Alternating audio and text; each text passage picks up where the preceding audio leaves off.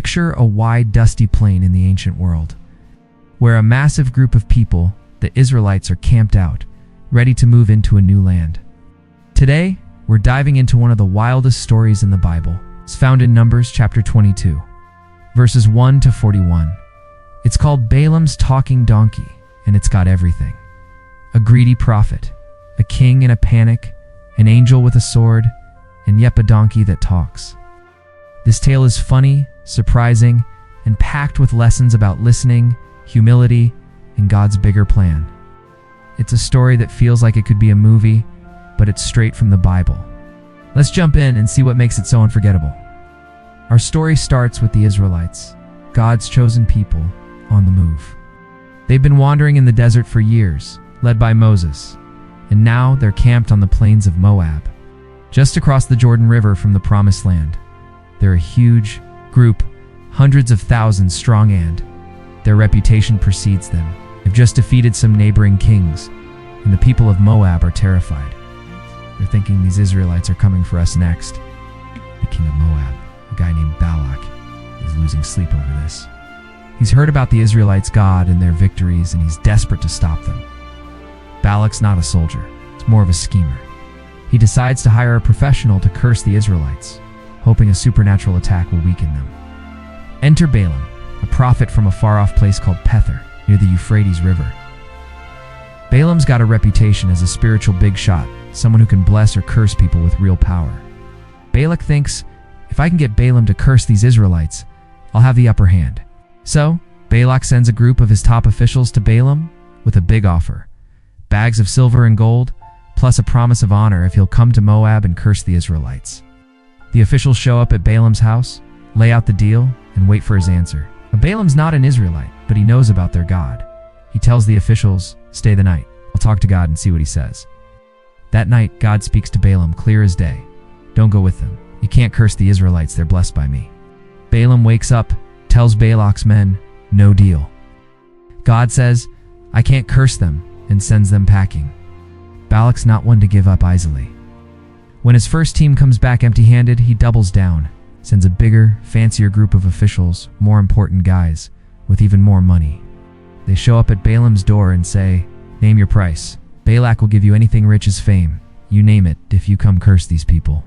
Balaam's tempted, who wouldn't be? But he's still cautious. Says even if Balak gave me a palace full of gold, I can't go against God. Stay the night and I'll check with him again. That night, God speaks to Balaam again. This time he says, okay, go with them. But only say what I tell you to say. It's like God's giving Balaam a green light, but with a big asterisk. Stick to the script. Balaam's thrilled he sees dollar signs and a chance for fame. The next morning, he saddles up his trusty donkey, the same one he's probably ridden for years, and heads off with Balak's officials toward Moab. But here's the thing. God's not happy with Balaam's attitude. His heart's leaning toward greed, not obedience. And that's where things get wild. So Balaam's riding along on his donkey, probably daydreaming about all that gold, when something bizarre happens. The donkey stops dead in her tracks in the middle of an open field. Balaam's annoyed, he nudges her, but she won't budge. What he doesn't know is that an angel of the Lord is standing in the path, holding a drawn sword, ready to block Balaam's way. The donkey can see the angel, but Balaam can't. She's trembling, refusing to move, trying to protect her master. Balaam loses his cool and starts hitting the donkey to get her going. The donkey veers off into a field, but the angel appears again, blocking her path. Balaam's getting angrier, whacking her harder. They reach a narrow path between two vineyard walls, and the angel stands there again, sword gleaming. The donkey tries to squeeze by, scraping Balaam's foot against the wall. He's furious now, yelling and hitting her even more. Finally, they hit a spot so narrow, there's no way around. The donkey just lies down, refusing to move. Balaam's practically steaming, beating her with his staff. And then, the craziest thing happens. The donkey turns her head, looks Balaam in the eye, and talks. Yep, she opens her mouth and says, "What did I do to you? Why are you hitting me 3 times?" Can you imagine Balaam's face? His jaw probably hits the ground. His donkey's old, reliable donkey's talking to him like it's no big deal. Hey, but Balaam's so mad he doesn't even blink at the miracle. He snaps back. "You're making me look like a fool. If I had a sword, I'd kill you right now." The donkey's not fazed. She says, "Come on, I've been your ride for years.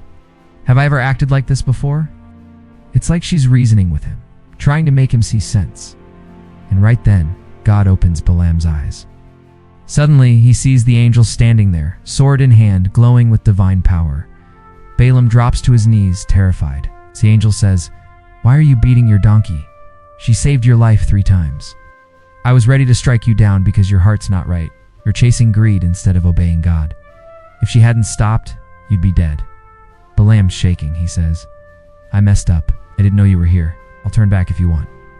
The angel replies, "No. Keep going to Moab, but only say what God tells you to say."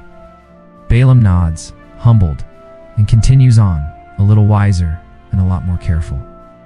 When Balaam finally reaches Moab, King Balak's waiting for him, impatient. He's like, "What took you so long? I'm paying you to curse these people." Balaam's demeanor has changed. He says, "I'm here, but I can only say what God tells me." Balak's not thrilled, but he takes Balaam to a high place overlooking the Israelite camp. They build altars, offer sacrifices, and Balak waits for the curse. But when Balaam opens his mouth, God puts words in its hand. Instead of a curse, he speaks a blessing over Israel. Balak's furious, but that's a story for another day. The point is, Balaam's encounter with the donkey and the angel changed him. He's learned his lesson.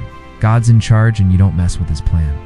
So, what's this wild story about? It's not just a funny tale about a talking donkey, though that's definitely memorable. It's about listening to God, staying humble, and recognizing that he can use anything, even a stubborn animal, to get our attention. Balaam was a big-shot prophet, but his greed was blinding him. He thought he could bend God's will to fit his own plans.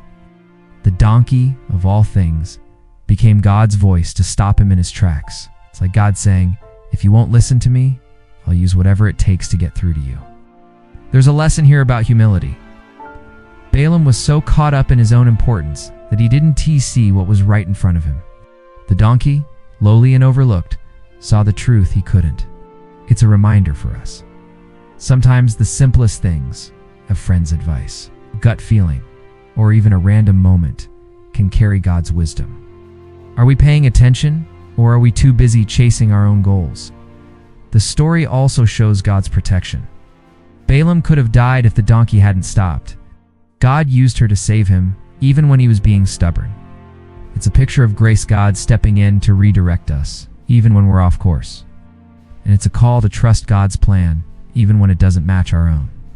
Balaam wanted fame and fortune, but God had a bigger purpose: protecting his people and keeping his promises. There's a practical side too. Donkey's loyalty, Shadib, been faithful to Balaam for years, reminds us to value the people and things that support us every day. When they act up, maybe it's worth pausing to ask why, instead of lashing out.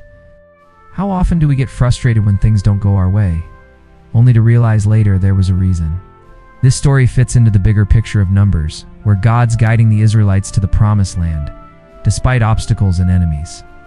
Balaam's encounter is a small but vivid moment in that journey, showing that God's in control, even when people lure prophets, get off track.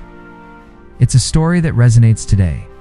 We all have moments when we're tempted to chase the wrong things, money, status, or control. This tale asks us to stop and listen. What's God trying to say? Who or what is he using to get our attention? It's also a story about perspective. The donkey saw what Balaam couldn't. Sometimes we need to step back, humble ourselves, and look at things differently. Maybe the obstacles in our path are there to protect us or point us in a better direction. And maybe, just maybe, God's speaking through the unexpected, like a coworker's advice, a child's question, or even a stubborn moment that forces us to slow down. Balaam's talking donkey is one of those Bible stories that sticks with you, funny, strange, and full of truth. It's about a prophet who needed a wake-up call, a donkey who became a hero, and a God who uses anything to guide us back to him. It challenges us to listen, stay humble, and trust God's plan, even when it's not what we expect. If you want to read it for yourself, check out Numbers chapter 22, verses 1 to 41. Think about it. What's your talking donkey moment? What's trying to get your attention? Thanks for joining me on this incredible journey through the Bible. Until next time, stay open and take care.